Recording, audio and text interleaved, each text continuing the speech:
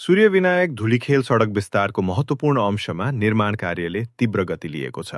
भौतिक पूर्वाधार तथा यातायात र शहरी विकास मन्त्री कुलमान घिसिङले हालै यस परियोजनाको निरीक्षण गरी अब कामलाई अझ तीव्र पार्न आह्वान गरेका छन्। यद्यपि यो यात्रा सहज रहेको छैन।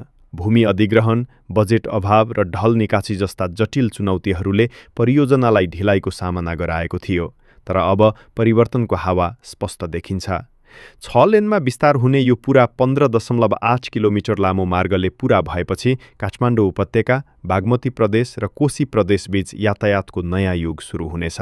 सीमा नजिकैको व्यापारलाई गतिशील बनाउने र यात्रुका लागि सुरक्षित तथा छिटो यात्रा उपलब्ध गराउने यो मार्ग काभ्रे जिल्लाको आर्थिक विकासको मुख्य आधारस्तम्भ बन्नेछ।